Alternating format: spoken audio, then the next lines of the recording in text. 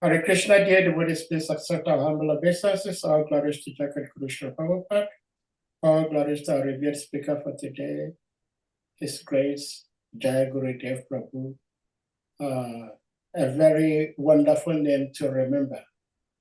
We are told to always remember Krishna, never to forget Krishna. One of such names, Jaya Gurudev, is a name you can never forget. So, Prabhuji, beloved, we thank you so much. Well, Prabhuji needs no introduction. He is our revered uncle, and he's been so generous, so kind to us. Actually, we got to know him through the wonderful courtesy of Her Grace Giridhari Puja Devi. And ever since, he's been so kind to us by visiting us and sharing his love and wisdom with us. And here we have him today. So without further ado, Prabhuji, we may put the verse on the screen, and then you take it over from here. Okay. Hare Krishna. Hare Krishna. So we'll just chant the mantra introduction. Om Namo Bhagavate Vasudevaya. You hear me? Yes, we hear you, Prabhuji. Okay. Om Namo Bhagavate Vasudevaya. Om Namo Bhagavate Vasudevaya. So today we're reading from the SRIMAD Bhagavatam, 3rd canto, chapter 4, verse 30. Is that right? Yes. Okay. The title of this chapter in the 3rd canto is called, the 3rd canto is called Status Quo. And I will read the Sanskrit, the word by word, and the purport, and then I'll elaborate further. Asmalokat uparate mayi jnanam madashrayam arhat yuddhava evadha sampratyatmavatam svaraha. Translation by His Divine Grace, Srila Prabhupada, and purport by Srila Prabhupada.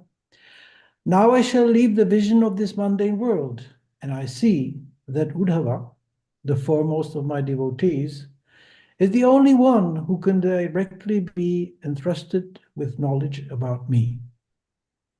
Purport. Jnanam Mat Ashrayam is significant in this verse. Transcendental knowledge has 3 departmental divisions, namely, knowledge of impersonal Brahman, knowledge of the all-pervading Supersoul, and knowledge of the personality of Godhead. Out of the 3, transcendental knowledge of the personality of Godhead has special significance and is known as Bhagavat Tattva Vijnana, specific knowledge of the personality of Godhead.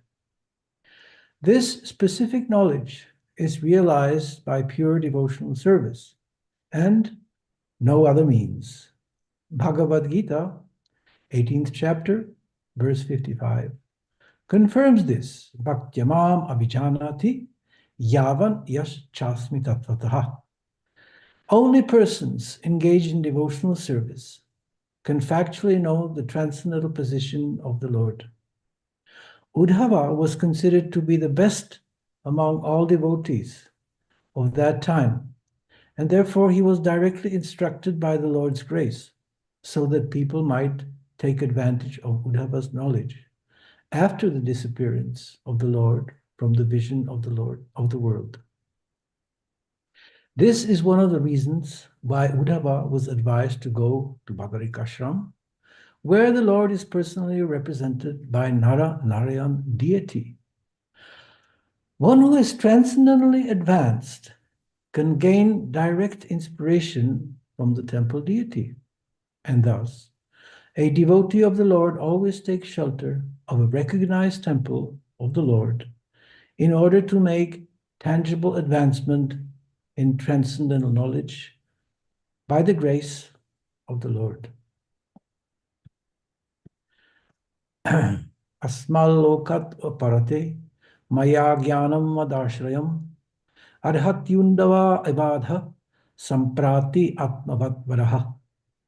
Now I shall leave the vision of this mundane world, and I see that Uddhava, the foremost of my devotee, is the only one who can be directly entrusted with knowledge about me.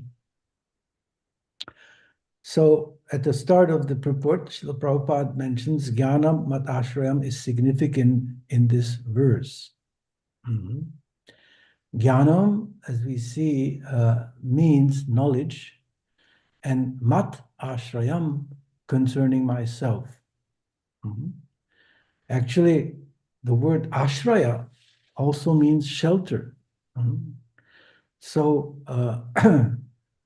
Mat Ashraya also can be translated as the shelter of myself, the knowledge which I reserve for those who take shelter of me. In the first canto, Prabhupada is citing the verse Vadanti tat tattvavidas tattvam yajnanam advayam brahmeti paramatmeti bhagavaniti shabdyate. So the translation of this verse is, learned transcendentalists who know the absolute truth call this non-dual substance Brahman, Paramatma, or Bhagavan. And the purport of Srila Prabhupada is very significant also. The absolute truth is both subject and object, and there is no qualitative difference there. Therefore, Brahman, Paramatma, and Bhagavan are qualitatively one and the same.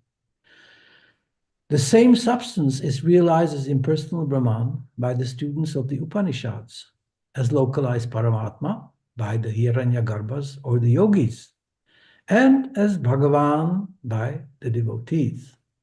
In other words, Bhagavan, or the personality of Godhead, is the last word of the absolute truth. Paramatma is the partial representation of the personality of Godhead, and impersonal Brahman is the glowing effulgence of the personality of Godhead, as the sun rays are to the sun god. Less intelligent students of either of the above schools sometimes argue in favor of their own respective realization, but those who are perfect seers of the absolute truth know well that the above three features of the one absolute truth are different perspective views seen from different angles of vision. As explained in the first sloka of the first chapter of the SRIMAD BHAGAVATAM, the supreme truth is self-sufficient, cognizant, and free from the illusion of relativity. In the relative world, the knower is different from the known. But in the absolute truth, both the knower and the known are one and the same thing. In the relative world, the knower is the living spirit or superior energy, whereas the known is inert matter or inferior energy. Therefore, there is a duality of inferior and superior energy, whereas in the absolute realm, both the knower and the known are of the same superior energy. There are three kinds of energies of the supreme energetic. There is no difference between the energy and the energetic, but there is a difference of quality of energies. The absolute realm and the living entities are of the same superior energy, but the material world is inferior energy. The living being is in contact with the inferior energy is illusioned, thinking he belongs to the inferior energy. Therefore, there is the sense of relativity in the material world. In the absolute, there is no such sense of difference between the knower and the known, and therefore everything there is absolute. Another verse which is cited in the purport by Srila Prabhupada is the famous verse from Bhagavad Gita, 18:55. So I will read that also.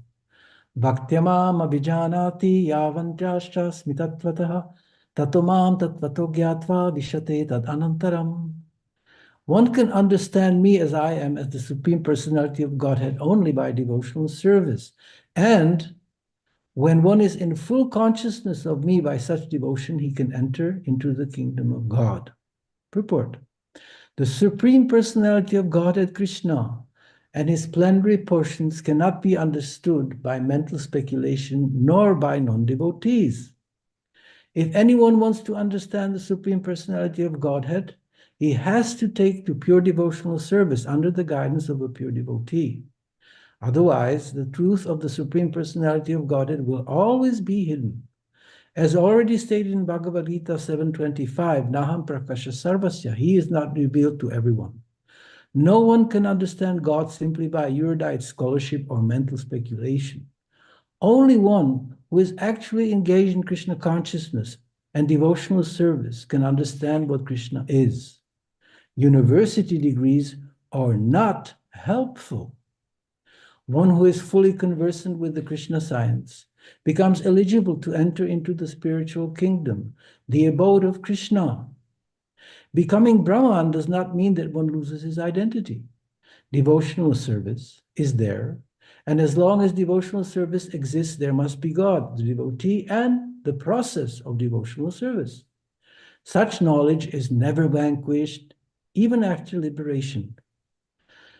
Liberation involves getting free from the concept of material life. In spiritual life, the same distinction is there. The same individuality is there, but in pure Krishna consciousness. One should not mistakenly think that the word Vishate enters into me supports the monist theory that one becomes homogeneous with the impersonal Brahman. No. Vishate means that one can enter into the abode of the Supreme Lord in one's individuality, to engage in his association and render service unto him. For instance, a green bird enters a green tree not to become one with the tree, but to enjoy the fruits of the tree. Impersonalists generally give the example of a river flowing into the ocean and merging. This may be a source of happiness for the impersonalist, but the personalist keeps his personal individuality like an aquatic in the ocean. We find so many living entities within the ocean. If we go deep, surface acquaintance with the ocean is not sufficient. One must have complete knowledge of the aquatics living in the ocean depths. Because of his pure devotional service, a devotee can understand the transcendental qualities and the opulences of the Supreme Lord in truth. As is stated in the 11th chapter, only by devotional service can one understand. The same is confirmed here. One can understand the Supreme Personality of Godhead by devotional service and enter into his kingdom. After attainment of the Brahmabhuta stage of freedom from material conceptions, devotional service begins by one's hearing about the Lord. When one hears about the Supreme Lord, automatically the Brahmabhuta stage develops, and material contamination, greediness, and lust for sense enjoyment disappears. As lust and desires disappear from the heart of a devotee, he becomes more attached to the service of the Lord. And by such attachment, he becomes free from material contamination. In that state of life, he can understand the Supreme Lord. This is the statement of Srimad Bhagavatam also. After liberation, the process of bhakti or transcendental service continues. The Vedanta Sutra, 4th canto, 1st chapter, 12th verse, confirms this. Apranayat tatrapi hidrishtam. This means that after liberation, the process of devotional service continues.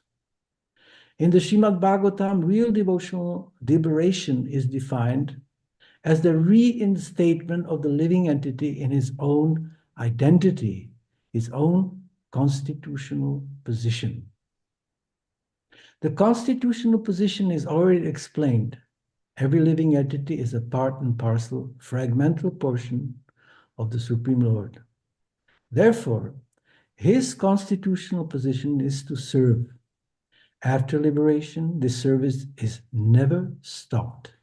Actual liberation is getting free from misconceptions of life.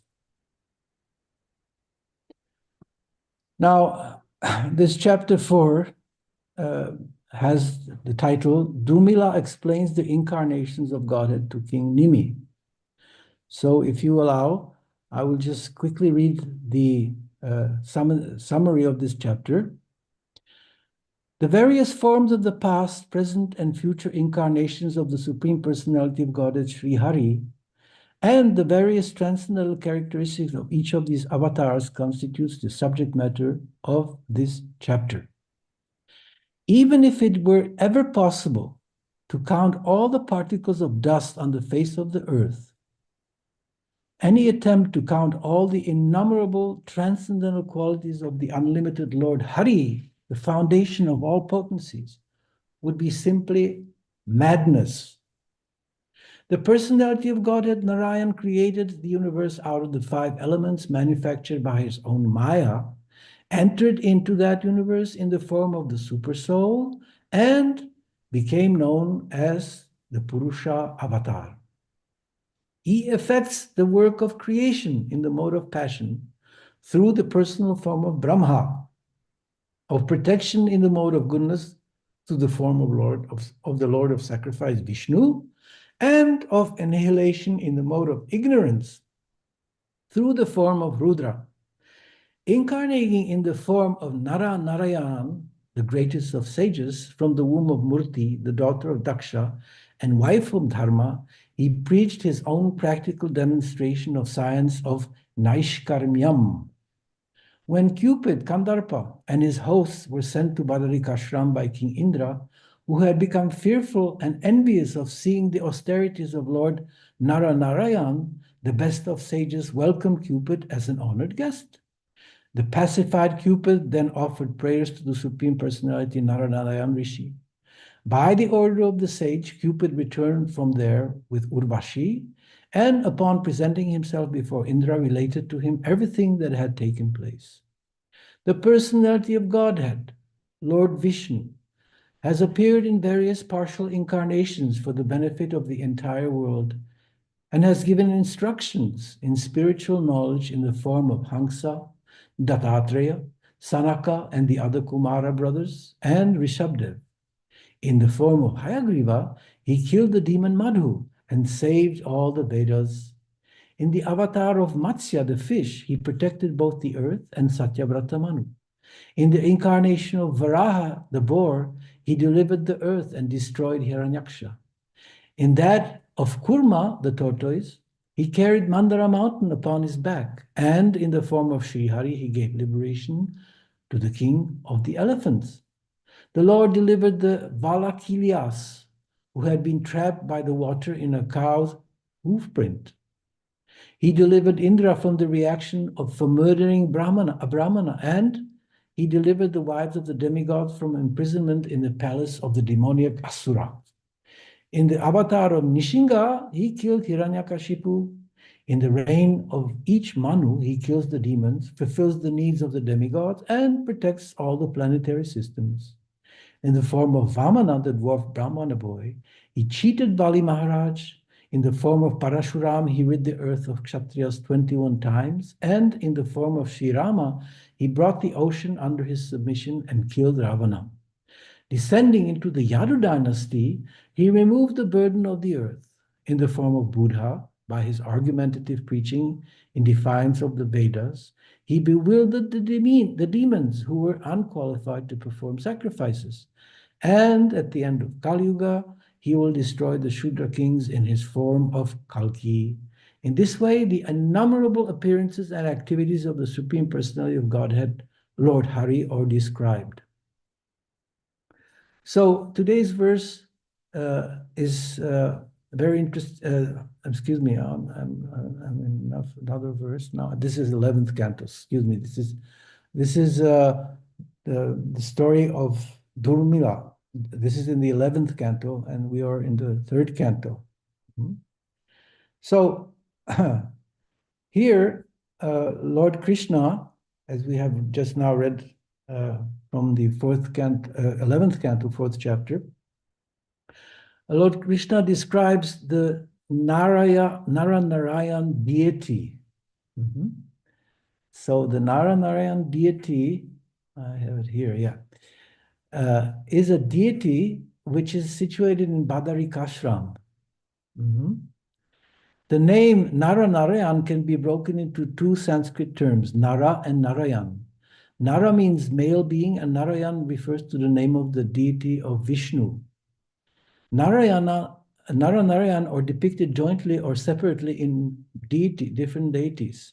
When depicted separately, Nara is portrayed with two hands and wearing a deerskin, while Narayan is shown on the right in the usual form of Vishnu.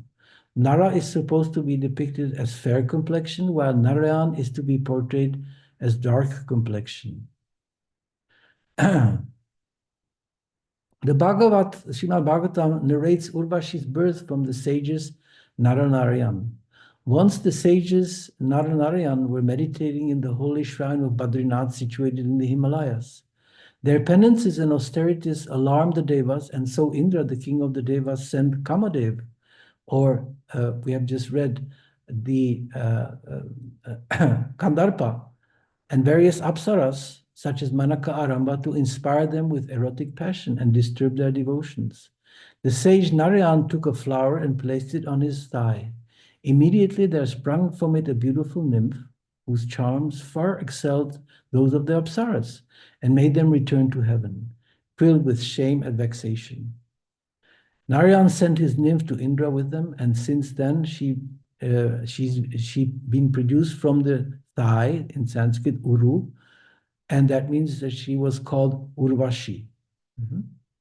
So this is just some background knowledge about Narayan Rishi, who are the deities worshipped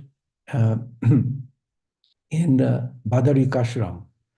So in the purport, Srila Prabhupada writes, one who is transcendently advanced can gain direct inspiration from the temple deity. And thus, a devotee of the Lord always takes shelter of a recognized temple of the Lord in order to make tangible advancement in transcendental knowledge by the grace of the Lord. So this is something which is, for us, devotees of Krishna, very important information. It is stated here that one who is transcendently advanced can gain direct inspiration from the temple deity. Now, deity worship is, for us devotees in ISKCON, something which is absolutely crucial. It is what we call Pancharatrika Vidhi.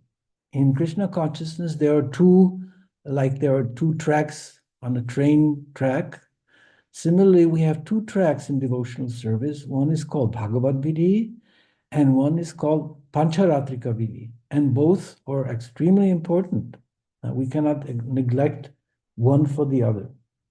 But on the other hand, of course, we have to make sometimes compromises, in the sense that we have to, for preaching purposes, we can sometimes, Prabhupada several times stated, we can sometimes simplify the Pancharatrika Vidhi path. In other words, for example, in China, where any form of religion is forbidden, the devotees usually do not necessarily install deities. And they also not necessarily wear the traditional Vaishnava clothes, dhoti and sari. And they even do not wear tilak. So Prabhupada was informed many times that there are some places in this world where Krishna consciousness, there must be more focus on the Bhagavat Vidhi, or the preaching of Krishna consciousness, than the deity worship. But in general, deity worship is extremely important. Here it is written that a devotee of the Lord always takes shelter of a recognized temple of the Lord in order to make tangible advancement in transcendental knowledge. And the last words, by the grace of the Lord. Yasya deve para bhaktir yata deve tatha guru tasyaiti katita hyarta prakashante hi mahatmanaha. We have read also in this verse from the Srimad Bhagavatam, the first canto, second chapter, that university degree is not something which is important, right? Here it is written that where I have this. Oh no, it was the 18th chapter. I think, yeah. 18th chapter, Bhagavad Gita. Well, Prabhupada writes this very nicely here, that one has not, to have a university degree is not a qualification. You don't become recognized by the Lord simply by a university degree, by erudition, by learned, by knowing so many shlokas, or by having, I would say, knowledge of Sanskrit. That is not the qualification to become advanced in Krishna consciousness. To become advanced in Krishna consciousness, one needs, first of all, the blessings of the spiritual master and the Supreme Lord by having full faith in the spiritual master and the Supreme Lord. Then prakashante. Prakashante means revealed. Krishna consciousness is a revealed knowledge. It is not book knowledge. It is not academic knowledge. By having academic degrees or academic education does not make one qualified to realize the Lord. The Lord is much too elevated to be captured by our academic knowledge or by university education. It's not possible. There are so many in India, there are so many people who are educated even in Europe, in Africa, in America, everywhere. There are people who know Sanskrit and who are very much educated personalities with various professors, degrees, professors, doctors, of etc., etc. But they have no access to transcendental knowledge. Srila Bhaktisiddhanta Saraswati Thakur described their efforts to understand transcendence to the effort of a bee to taste honey from outside just by licking the glass. One cannot taste what's in the what's the taste of honey just simply by licking the glass. So simply by academic education, one cannot understand the Supreme Lord. It's absolutely impossible. Krishna reserves the right not to be revealed, prakasha. He is revealed only to his devotees by the grace of the spiritual master. Actually, many times I have been considering that we really underestimate the position of His Divine Grace, Bhaktivedanta Swami Srila Prabhupada, founder Acharya of ISKCON. Not in the sense that we do not worship him properly in the temples. We have deities of Srila Prabhupada, we have pictures of Srila Prabhupada everywhere. Each ISKCON temple has a Vyasasan with a murti of Srila Prabhupada there. Everything is there. But sometimes we are not aware of the position of Srila Prabhupada in the sense as he is, when we chant his mantra, Nama Om Vishnupadaya Krishna Prasthaya. This word Krishna Prasthaya, which means he's very dear to Krishna. That we sometimes forget that we, all devotees in ISKCON, and now there are so many devotees of Krishna in the world. In Africa, there's so many devotees. In South America, North America, Europe, Asia, Russia, India, Australia, New Zealand, you name it. There's so many devotees of Krishna. But we are all indebted to Srila Prabhupada for having started this whole movement for Krishna and the empowerment that he has given to his disciples to spread the movement all around the planet within 10 years. Within 10 years, there was established within 10 years Krishna consciousness worldwide. All this was why? Because Prabhupada is very dear to Krishna. He is very, very dear, just like Uddhava. We may compare Srila Prabhupada naturally with Uddhava. Here it's stated in the purport that Uddhava was considered to be the best amongst all devotees of that time. It's a very powerful statement. Uddhava was considered to be the best amongst all devotees of that time. So similarly, we can say that Srila Prabhupada was the best amongst all devotees of his time, which means second half of the 20th century. And Krishna empowered Srila Prabhupada and gave him so much mercy, and Srila Prabhupada very liberally and generously distributed this throughout the world through his disciples and nowadays through his grand disciples. But all this is due to his mercy. So here it is stated, Uddhava was considered to be the best amongst all devotees of that time, and therefore he was directly instructed by the Lord's grace so that people might take advantage of Uddhava's knowledge after the disappearance of the Lord from the vision of the world. Yeah. So we may transcribe this also, that Srila Prabhupada was considered to be the best amongst all devotees of his time, and therefore he was directly instructed by the Lord's grace so that people of the 20th and 21st century, and maybe even others, might take advantage of Srila Prabhupada's knowledge after the disappearance of Krishna from the vision of the world. Such an important personality, Srila Prabhupada.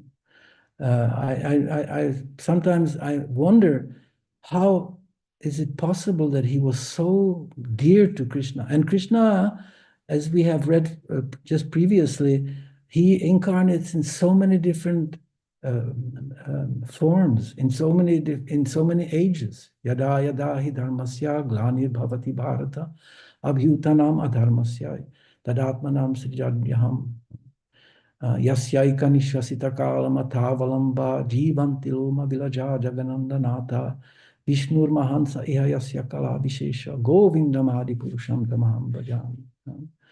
Krishna is so great that millions of universes appear just simply by his breathing. Jagadandanatha. There's so many, Natha means so many Brahmas. Jagannath, Natha. Jagannath is, in this verse from Brahma Samhita, is Lord Brahma. So what a great personality is Srila Prabhupada, that he was directly instructed by the Lord's grace to translate books, specifically the Bhagavad Gita, SRIMAD Bhagavatam, Chaitanya Charitamrita. And through his books, we are getting instructions. Sometimes devotees want to be, as Prabhupada called it once, over-intelligent, meaning that they underestimate Srila Prabhupada's position, and they seek other great scholars who know Sanskrit or who are very educated, etc., and are recognized by the public, vox populi, we call it, by the public as being great paramahansas, they are called, etc. But we do not understand how important was Srila Prabhupada's position, that he would be recognized, that he was Krishna Prasthaya, that he was dear to Lord Krishna, who is the supreme personality of Godhead. So I just wanted to go a little bit about this. Anyhow, I would like to go back to Uddhava's personality. In the first chapter of this third canto, at verse 27, if you can scroll down, 29. No, where do we have it? Oh yeah, here we have it. Verse 24, excuse me.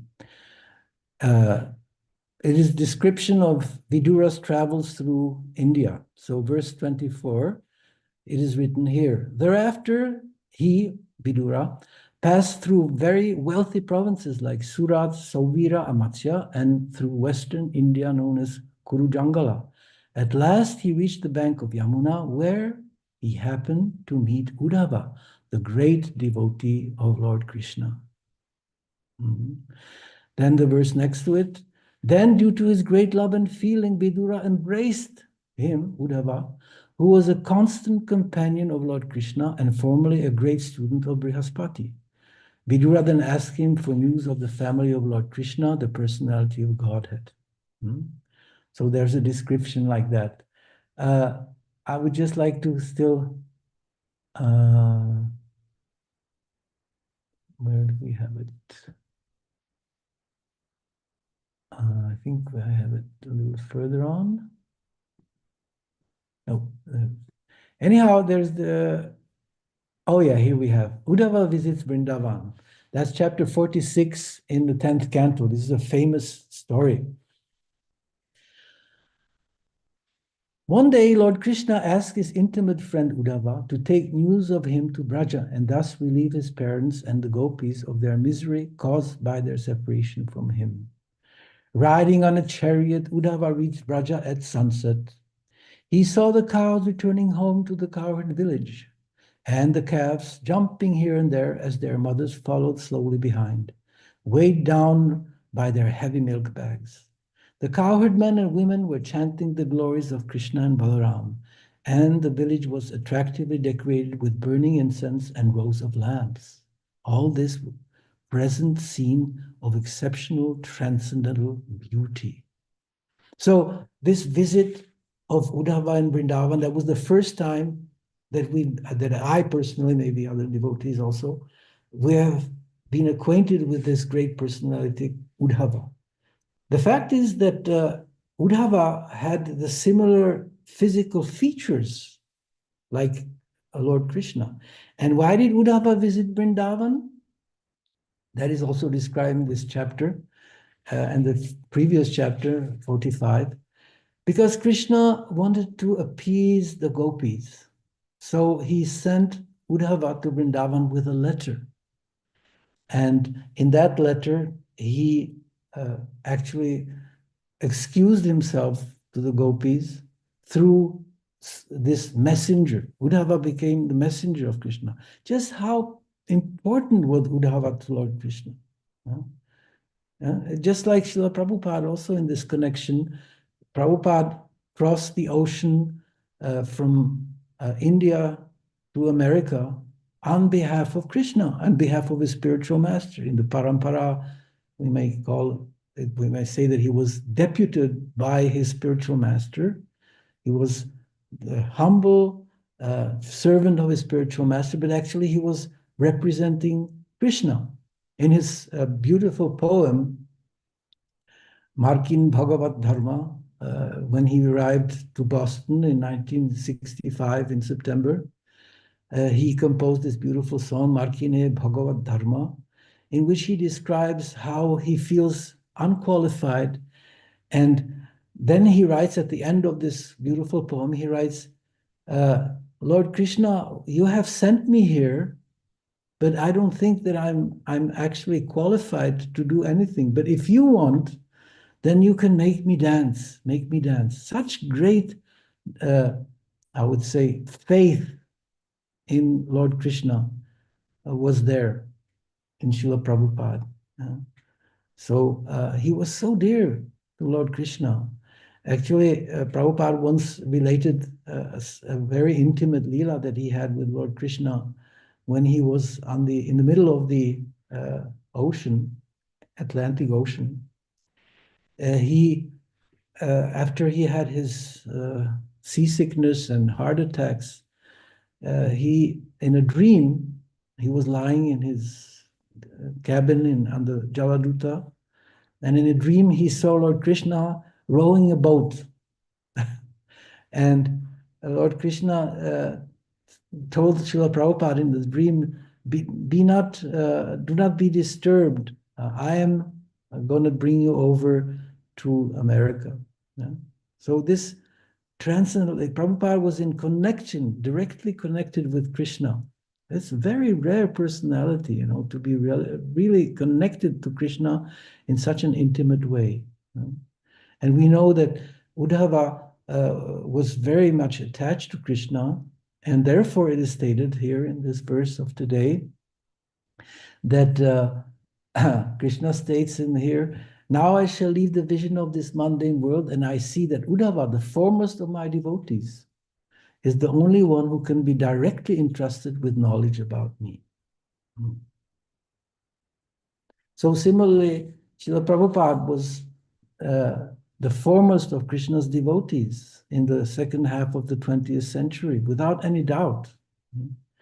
Now, there were, in the first half of the 20th century, it was particularly Srila Bhakti Siddhanta Saraswati Thakur Prabhupada. And in the 19th century, it was his father, Bhakti Vinod Thakur, and etc., etc. This is the parampara system, the transcendental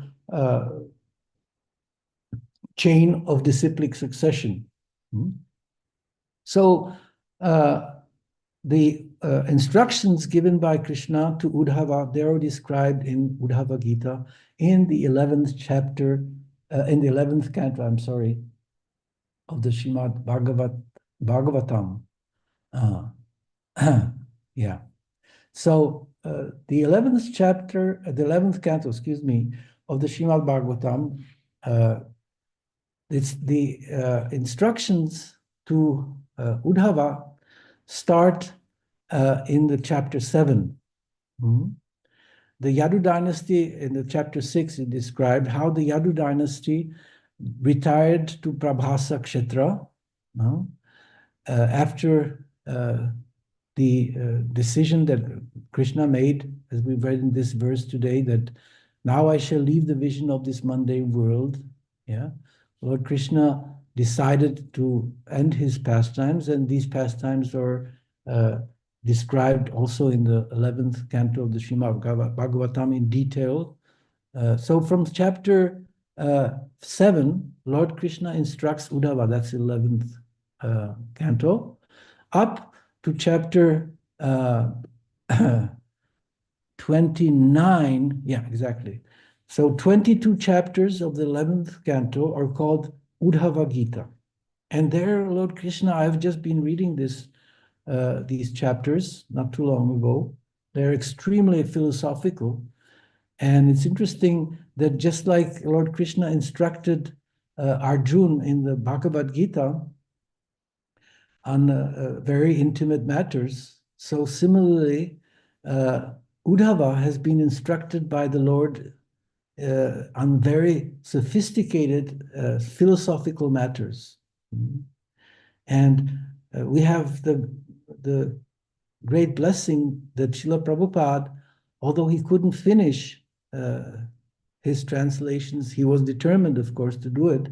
But unfortunately, or by Krishna's arrangement, I might say, not unfortunately, he was able to translate only up to the 13th chapter of the 10th canto. And starting 14th chapter of the 10th canto and up to the end of the Bhagavatam, the 12th canto, this was done by his disciples. His Holiness Haridananda Goswami took charge of the purports. Dhruta Karma Prabhu and other devotees, they took care of the Sanskrit translation, the word by word, and the translations of the verses mostly.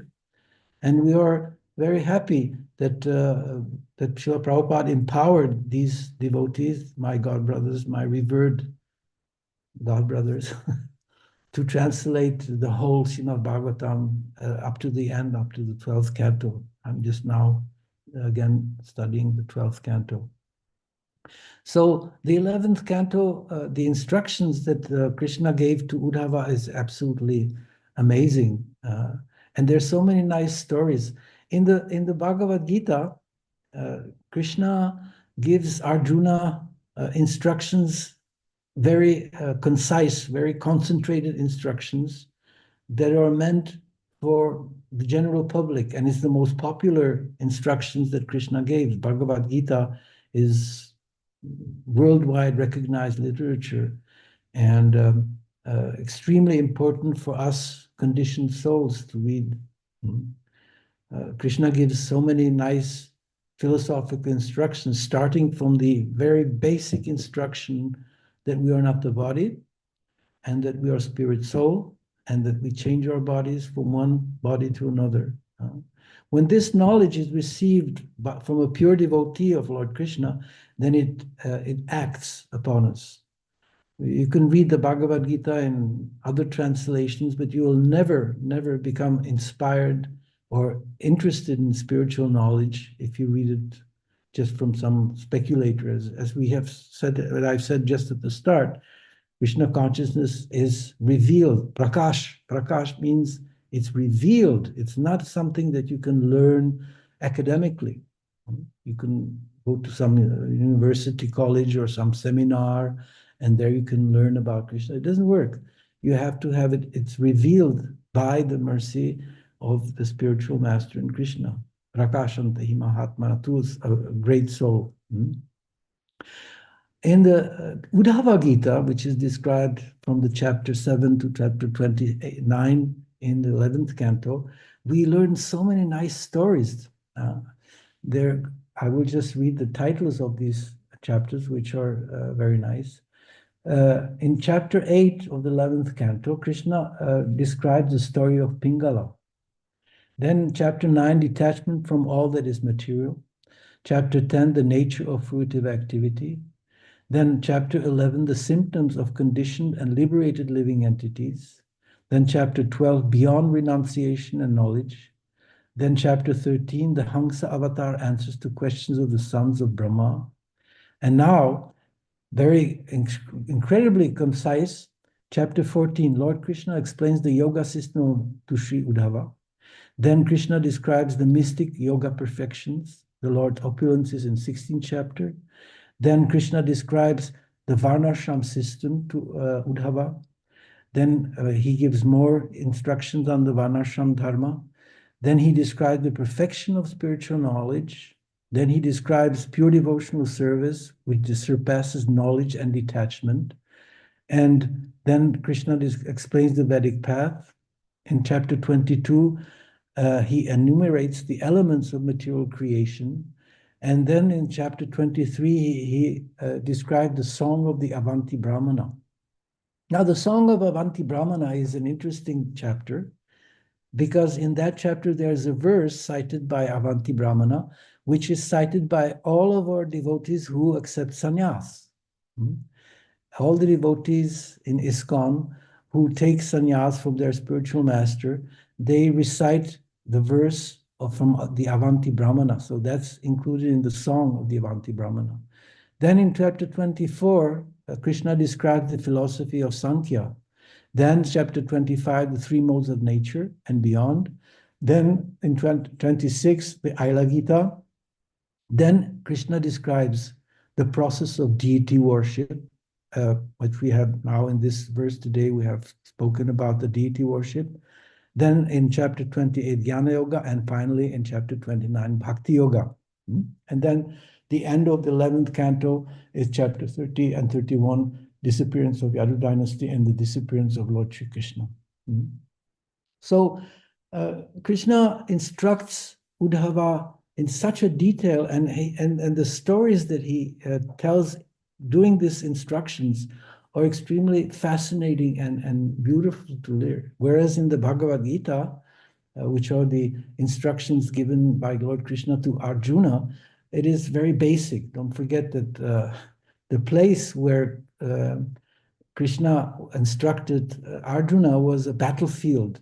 In the middle of a battlefield, there were huge armies. You can imagine the situation, or you can see it in the illustrations in our books. On both sides, there were huge armies of Kshatriyas armed, and huge elephants, and it was like an atmosphere just before a battle, And Arjuna was seemingly put into illusion, thinking that he shouldn't fight.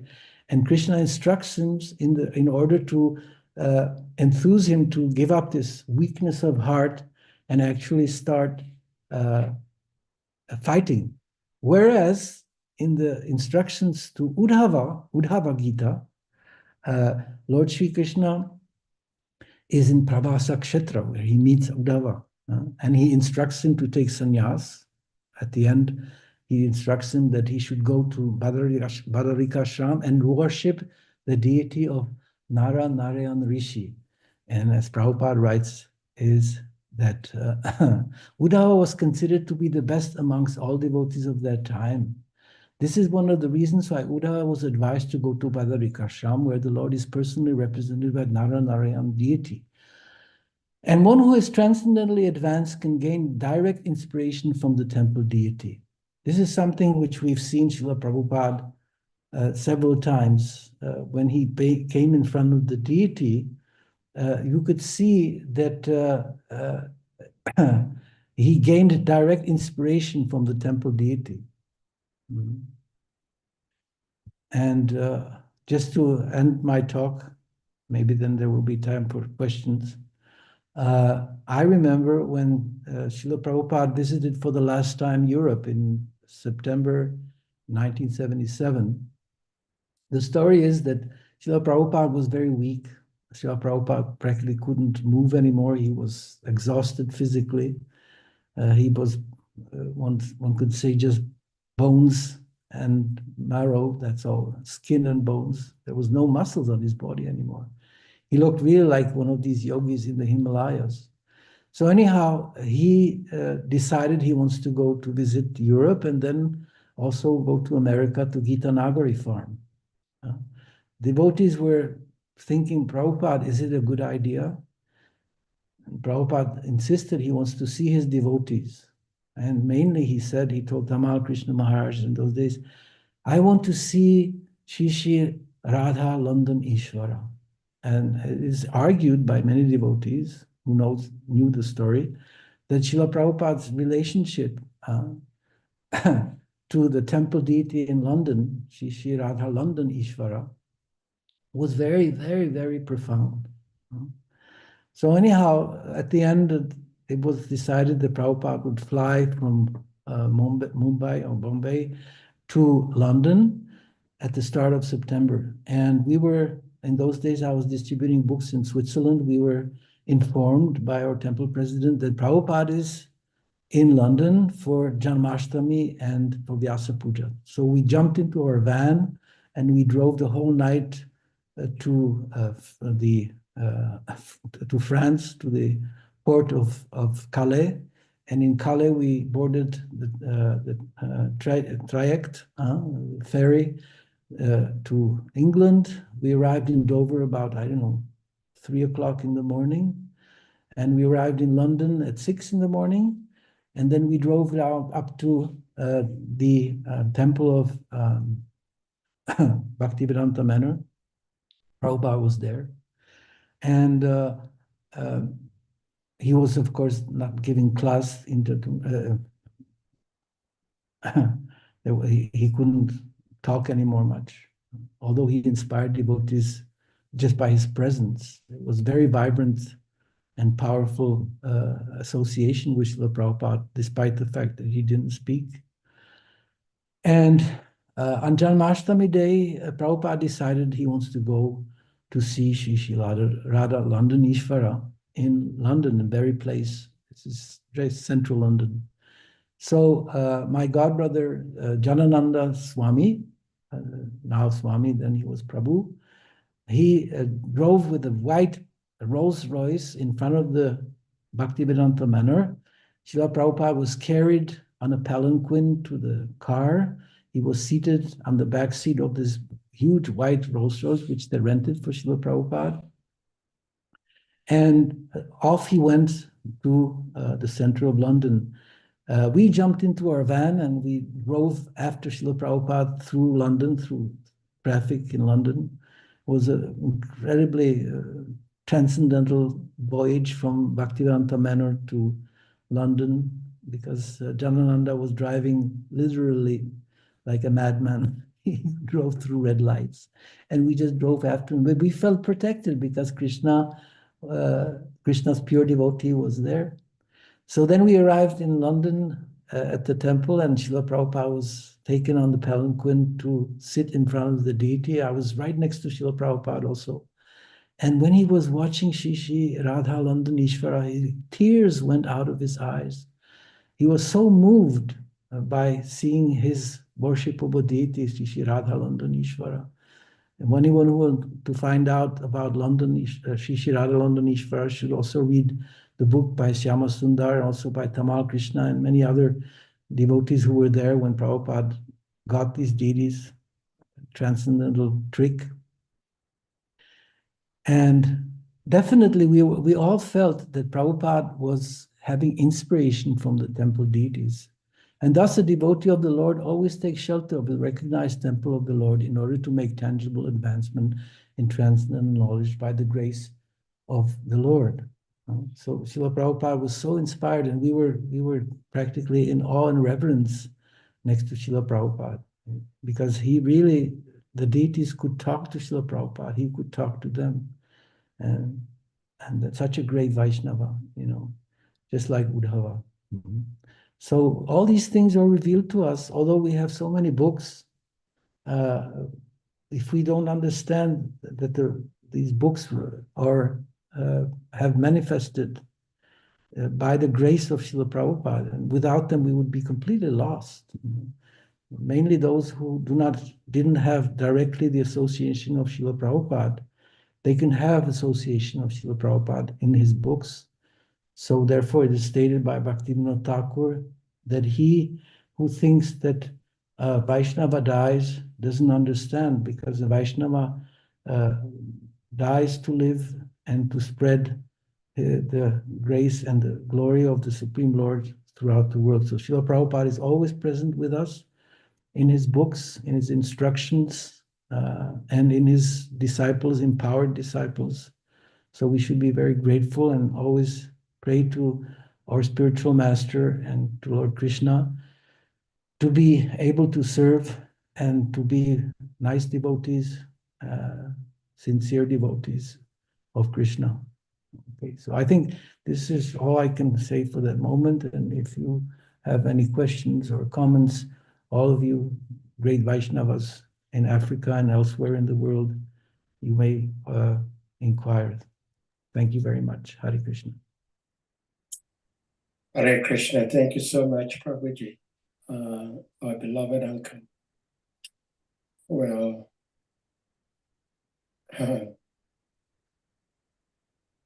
Prabhuji, it's such an honor to just see you, and more so hear from you, and I don't know what to say. But dear devotees, if anyone may have questions, comments, realizations you may want to share, you may want to ask, please let us do that. I don't like, I'm trying to be a devotee, especially with of ISKCON, within ISKCON. So Srila Prabhupada is our foremost father. But it's very difficult to talk about him, especially his last days. It's very difficult. But thank you for sharing. Dear devotees, like I said, if anyone has questions, please you may ask. Govinda Prabhu, please you may unmute.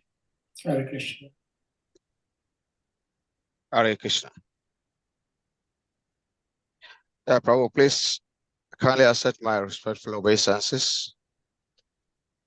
All glories to you, all glories to Srila Prabhupada, and all glories to the assembled devotees. Prabhu, thank you very much for this wonderful presentation. Your presentation is very, very inspiring. It's really, really deep. The connection that you made from Gurudeva to Srila Prabhupada is really, really relevant. And also break down that the understanding is very clear, and there's nothing to say than to thank you again and again. My question is that you were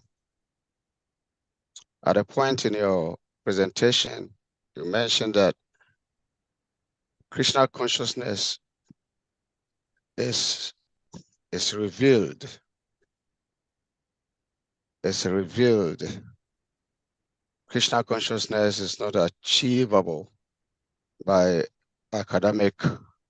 any academic level.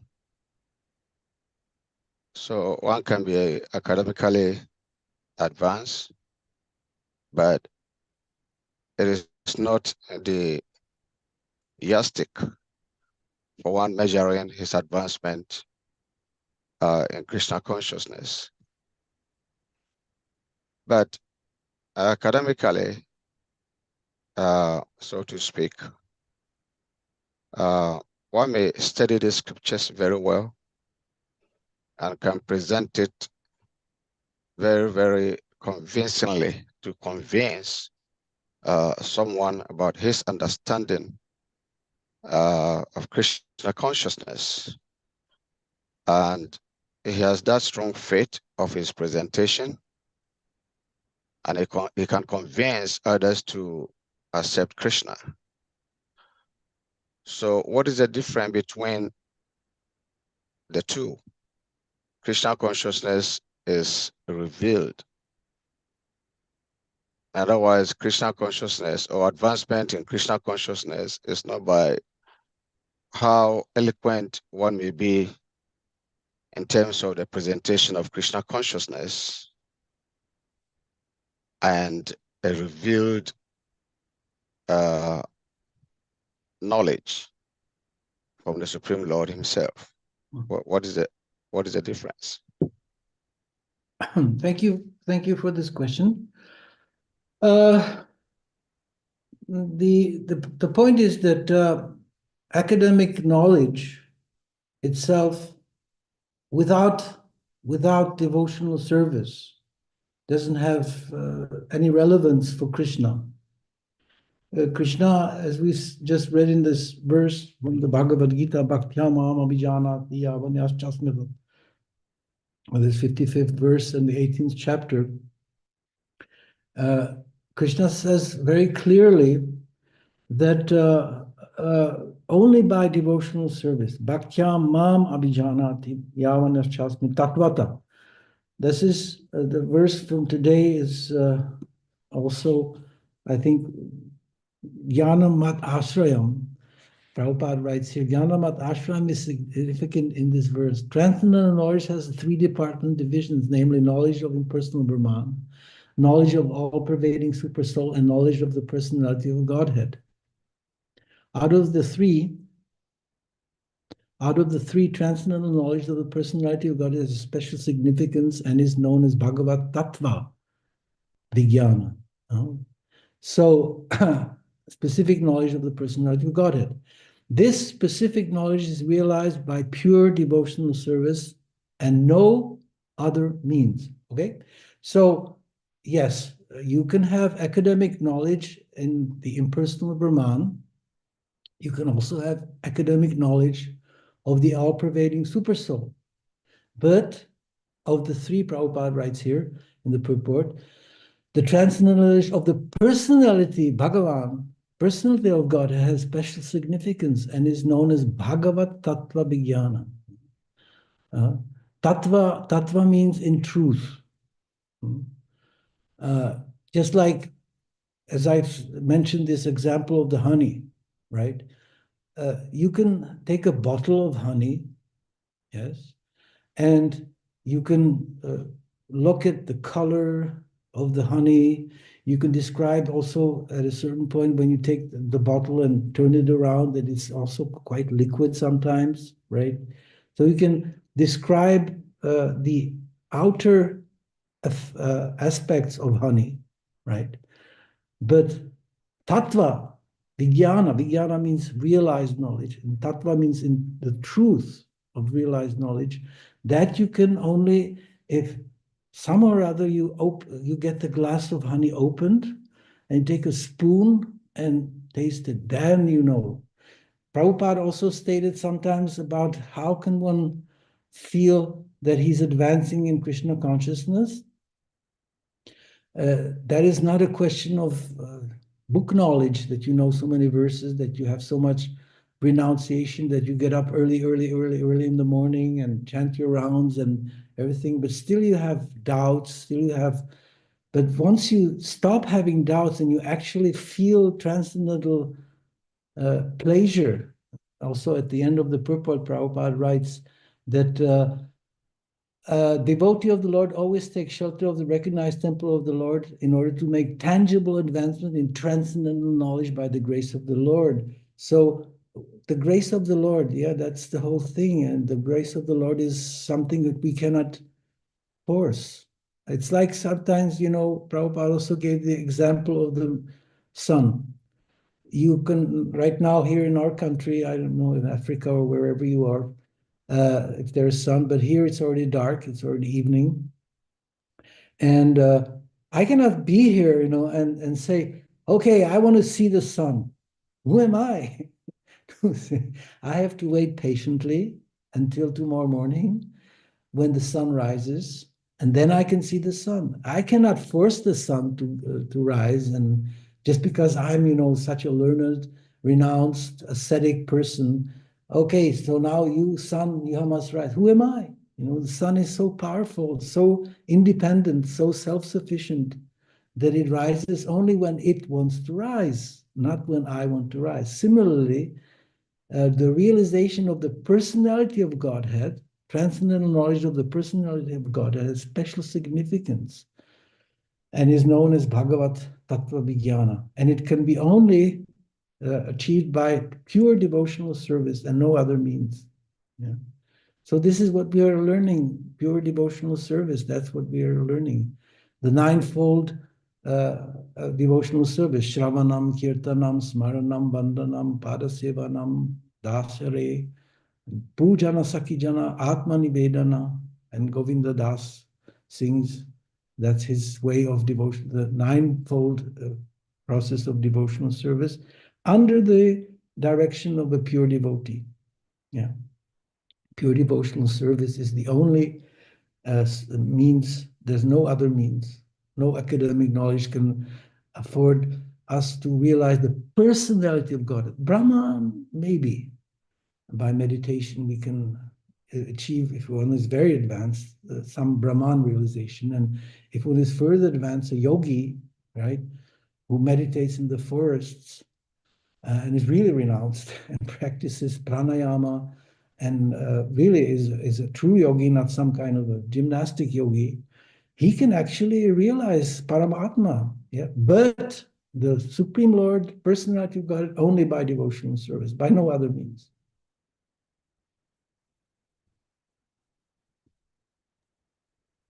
Is that all right? Yeah, thank you very much, Prabhu. Thank you. It's clear. How's your truck driving? Yeah, I'm doing good, Prabhu. My Christian's grace. That's nice. Hare Krishna. But Hare sir, Krishna. you may unmute. Sorry? Oh, someone has a question. Okay. You may unmute. Hare Krishna. Yeah. Yeah, go ahead. Hare Krishna. All right, please kindly accept my respectful obeisances. All glory to Gurudeva, glory to Srila Prabhupada, and all glory to the wonderful assembled devotees. Thank you for the wonderful class. A lot of information has been given, which is so huge for me to understand many things. But Maharaj, I have one question I want to ask. It's SRIMAD BHAGAVATAM chapter 3, 619. About religion. It is said that really, religion principles are enacted by the Supreme Personality of Godhead, although fully situated in a mode of goodness. Even the great races who occupy the topmost planets cannot ascertain the real religion principles, nor can the demigods or the leaders of the Sudaloka, to say nothing of the Asuras, ordinary human beings, Vidyaharas and Charanas. Can you explain this? What is the verse? What is the It's verse? SRIMAD Bhagavatam 3, chapter 6, verse 19. Chapter 6. Yes. Third No, ca- chapter 3, No. 6, 19. Chapter 6, third canto, huh? And Yes. verse 19. Yes. No, wait a moment. Which canto? It's canto Canto- 6. Oh, I see. Canto Okay, 6. you're getting it wrong. You said canto 3. Okay, That's so canto 6. Oh, sorry. I Okay. write it down. So All right. So canto yes, 6. I'm wrong. Yes, I'm asking this question because Which canto? let me see. Sorry, it's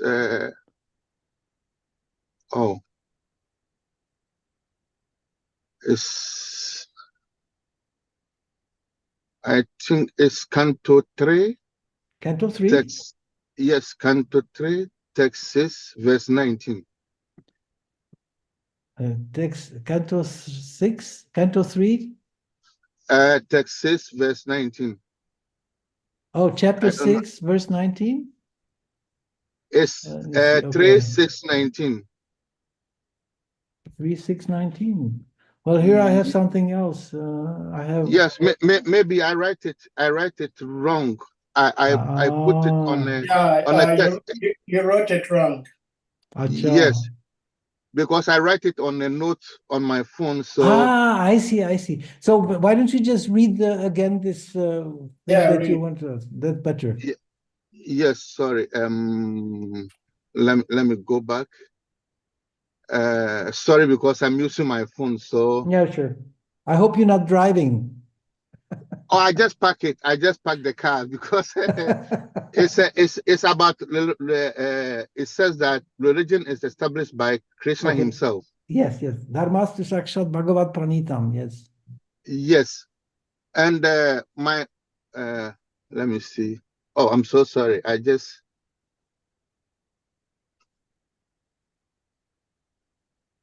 maybe somebody can ask a question and I'll come back because I have to look at it because of I'm using the mouse, I mess it up. Okay.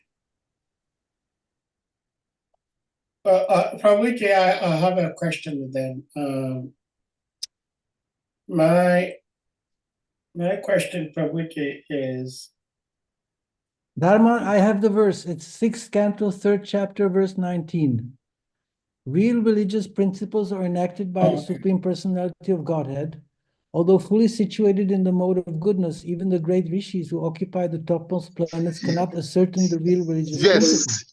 Yes, Maharaj. Yeah. This is the Nor question. can the demigods or the leaders of the Siddhaloka, to say nothing of the asuras, ordinary human beings, vidyadharas and charanas. Yeah. Yes. So my question is, this chapter, which Krishna, this chapter, is it talking about include devotional service too? Because you often hear that devotional service is not a religion, it's a movement. And at the same time, why is it that religion, if we look at this material world, all the fighting and the chaos which is going on all come from religion? So my question is the books which talk about religion, are they manipulated by human beings, or is it because of our nature? I don't understand it, because in a common grounds we can live peacefully, but when it comes to religion, it turned to a lot of hatred and fighting, and even people kill other people because of religion. So Maharaj, can you explain it? Is it because that we don't have the real knowledge about religion or the books which sent out by Krishna has been manipulated by us, or what is really going on? If religion is established by Krishna, this is my humble question. Yes, Maharaj. yes. Okay, thank you for your question. It's very relevant. And now I have this verse in front of me, and the definition of dharma is really written here: real religious principles or bona fide laws of religion, right? Now, Prabhupada also compares dharma to the nature of things. And in the introduction to the Bhagavad Gita, he writes that Sanatana Dharma is the eternal religion of all living entities. And he defines Sanatana Dharma as service, that we are all serving. That is the main dharma of all living beings and all human beings and all animals, everybody. We are always bound to serve somebody. A serves B, B serves C. You are serving your employer. You are serving your wife if you're married. You are serving the state if you're a military or policeman. You're etc., etc., etc. And if you don't have anyone to serve, then you serve your dog or your cat, right? So we always have to serve. That's the nature, that's Sanatana Dharma, or eternal occupation of all living beings. That is the fundamental aspect of Dharma, Sanatana, or eternal religion. Now, there is other aspects of religion that are called Upadharma, which is approaching Dharma, or let's say being close to Dharma. And actually, at the end of the Bhagavad Gita, it's interesting that Krishna states the verse which we all learned as a crucial test of our devotion: Sarva Dharman Parityajya, that we should give up all other occupations, Sarva Dharman Parityajya, Mam Ekam Sharanam Braja.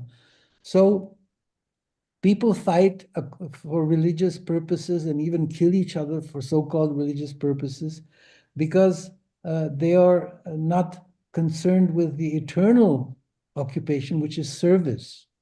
And the eternal religious principles of for all human beings is that we have to serve somebody or someone, and that is in this connection, Srila Prabhupada was very, I would say, clear that Krishna consciousness is not a religion in the strict sense of the term.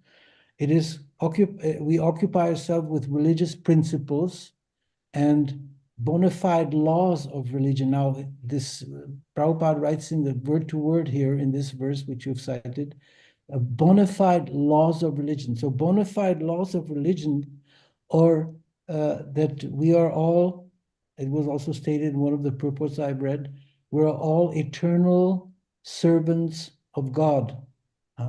And it doesn't matter if you're a Christian or you're Muslim or a Hindu or a Buddhist or even an atheist, we are all servants of God. And if we understand that, then we transcend the animosity between religion. And Prabhupada was very clear on one thing also during his preaching, that anyone who would bring up the word religion, Prabhupada many times in his conversations specifically with various personalities, scientists, or representatives of other religions, he always swept away the word. And I'm not speaking about religion, I'm speaking about science, right?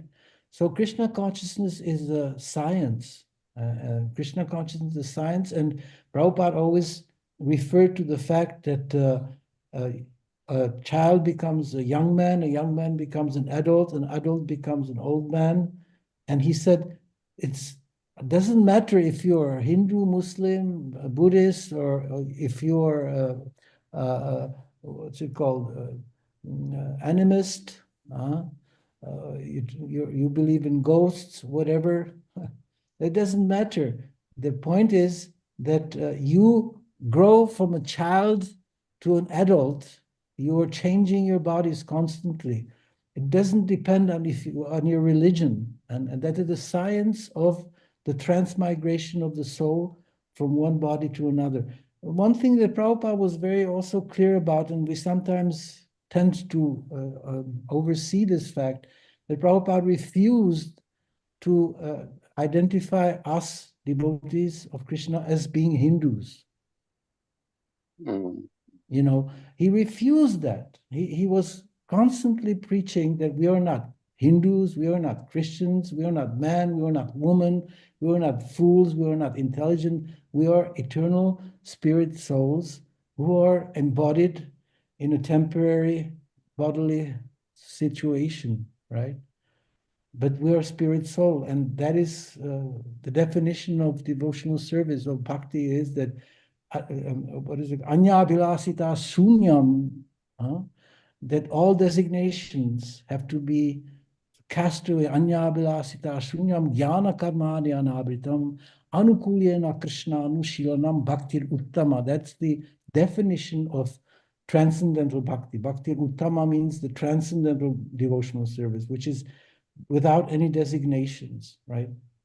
So Krishna consciousness, we are preaching science. We are not preaching Hinduism. We're not preaching any other religious or not diminishing other religious faiths.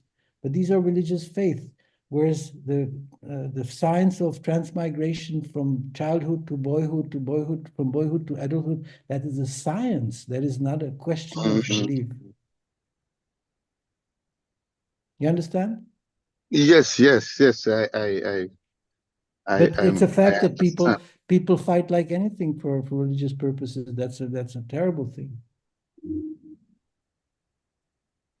Yes, thank you, Maharaj. But what one thing that make me a little bit confused is that why is because if you look at the Bible, even the disciple of the Jesus Christ, the explanation about the Bible, this one say something different, and other ones say the same thing but in different way, but which make it sometimes contradictory. And if you look at the Quran, one or another is the same thing, because I read something about the history about Islam. When they are about to compile the Quran, there was this disciple which is very close to Muhammad, peace be upon him, who was his cousin and son-in-law, who is Ali, and Ali is descendant of the Iran.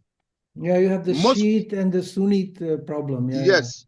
You know, because of there is a misunderstanding, some part of the Quran was with him and he took it away. So today they cannot even go to Mecca. So my confusion is, why is Krishna allowed this to happen? Because there's a lot of information which is mixing. And because so, and this is affecting people's life. So there's a lot of fighting going on. Even the Iranis, if you can see what is going on, there's a lot of fight which is going on, which is created by them. So sometimes I sit down and I ask myself, if religion is established by Krishna and all this is happening, and people who follow this religious, they are in them, they know that they are doing the right thing, you know, and they are fighting for the religion, but in another way, it is one way or another manipulated. So it makes me a little bit confused that why Krishna allowed this to happen. Well, you know, I would say like this, with reference to the verses and mainly to the Krishna's leaving the planet at the end of the Dvapara Yuga. It is described in this chapter and further in detail described at the end of the 11th canto, how the Yadus left the planet, how Krishna left the planet, etc. For the start of the Kali Yuga. And in the Kali Yuga, the Kali Yuga is an age of quarrel. Kali Yuga means that people are fighting constantly. It's like, you know, you cannot avoid it. And Krishna left, actually, at the start of the Bhagavatam, when you read, the question was asked by Shaunaka Rishi to Sutta Goswami, what will, when Krishna has left, who will be protecting religious principles, the real religious principles, as stated in this verse that you are concerned with, is written here, a bona fide laws of religion, right? The religious principles. Who will be guarding these religious principles? And Sutta Goswami explains that these religious principles, which were kept with Krishna, will be conserved in the SRIMAD Bhagavatam.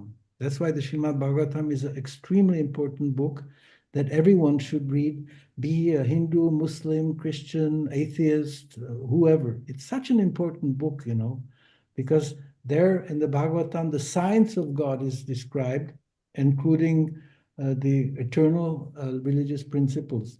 But people are so inclined in this age to fight and to quarrel. It's an age of, not a nice age. So therefore, Prabhupada said, just chant Hare Krishna. And we should inspire everyone to chant Hare Krishna. Be he a Muslim, a Hindu, a Muslim, Christian, or atheist, everyone should chant Hare Krishna. And this way, by chanting Hare Krishna, he will slowly but surely become a friend for everyone, including the animals. You know, and also as far as the monotheistic Abrahamic religions, which means Islam, Judaism, and Christianity, or historically would we say Judaism, Christianity, and Islam, historically speaking, as far as the Islamic tradition, it's the newest or the latest monotheistic Abrahamic religion. They all recognize Abraham as their initial father, be it Jews, Christians, or Muslims. So all these people who are of Abrahamic religions, they constantly fight. You can see how it's absolutely horrible, you know. Yes. It's obnoxious. And these are all new religions which sprouted out. The oldest one is Judaism, which is about 4,000 before Christ. Then comes 2,000 years ago, Christianity starts with Saint Paul. And then in the 6th, 7th century comes Mohammed, and his name be praised, as we say, who started the Islam religion, the religion of the faithful. So all these Abrahamic religions, they have a big problem because they compete with each other, mainly Christianity and Islam, and also Judaism. They're so much in conflict with each other. It's absolutely crazy. And also Islam and Hinduism in Bangladesh, you know, you can't imagine how the Muslim or the faithful of the Islamic tradition are persecuting the Hindus, and vice versa, the Hindus, the Islamic. I mean, it's terrible. So anyhow, we are trying to be transcendental to this. We recognize that we are living in a very bad age. So just stick to Krishna consciousness and be friends to everyone. Never consider anyone as your enemy. That's our philosophy. Yes, thank you. Thank you so much, Maharaj. I'm very, very grateful. I'm grateful.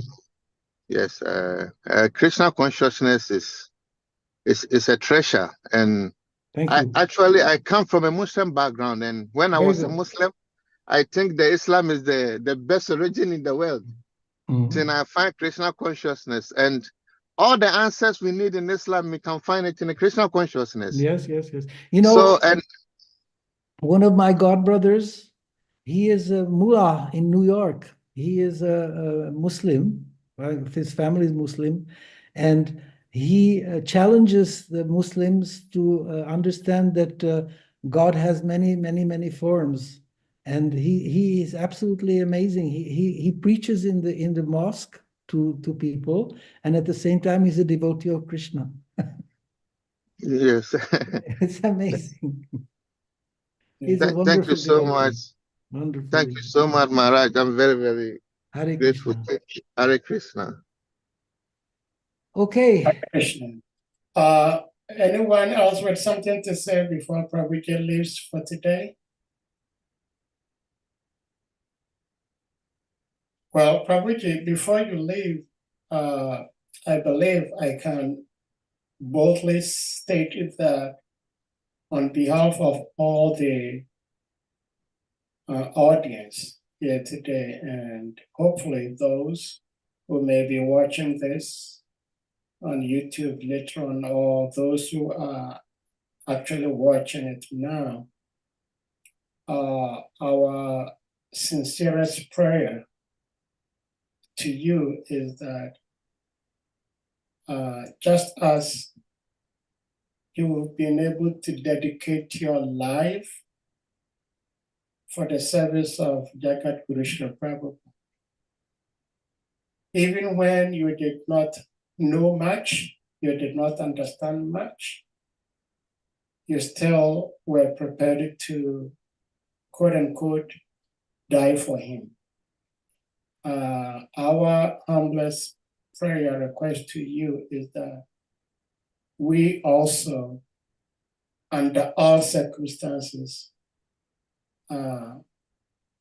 serve under the lotus feet of Srila Prabhupada through our gurus today. This is our humblest prayer, because Maya is so strong, so powerful, and so trickish. And it is very, very easy for all of us to be tricked by Maya. But by the grace and the mercies of the devotees, and more especially by the acharyas, we may be protected. So this is our humble prayer to you, Prabhuji. Hare Krishna.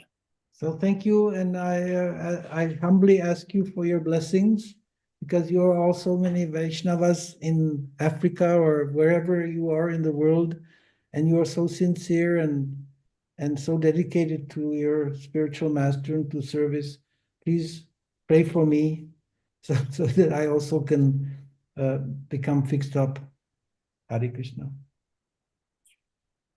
Hare Krishna, thank you. So, dear devotees, we're going to humbly request you all to kindly unmute, and we all chant Hare Krishna Mahamantra to express our appreciation to our revered uncle, His Grace Jaya Gurudev Prabhu. Jai. Hare Krishna, Hare Krishna, Hare Hare Krishna, Krishna, Krishna Krishna, Krishna, Hare Hare Hare, Hare Rama Hare Hare Rama, Rama, Hare Rama Rama, Rama, Hare Rama Hare. Hare Hare. Panchakavatam Rasta, Bhagavatam, Vajranam Bhavanibhyo Vishnavabhyo Namo Namaha. All glories to His Grace Jaya Gurudev Prabhu Ki Jai. Ah. Hare Krishna.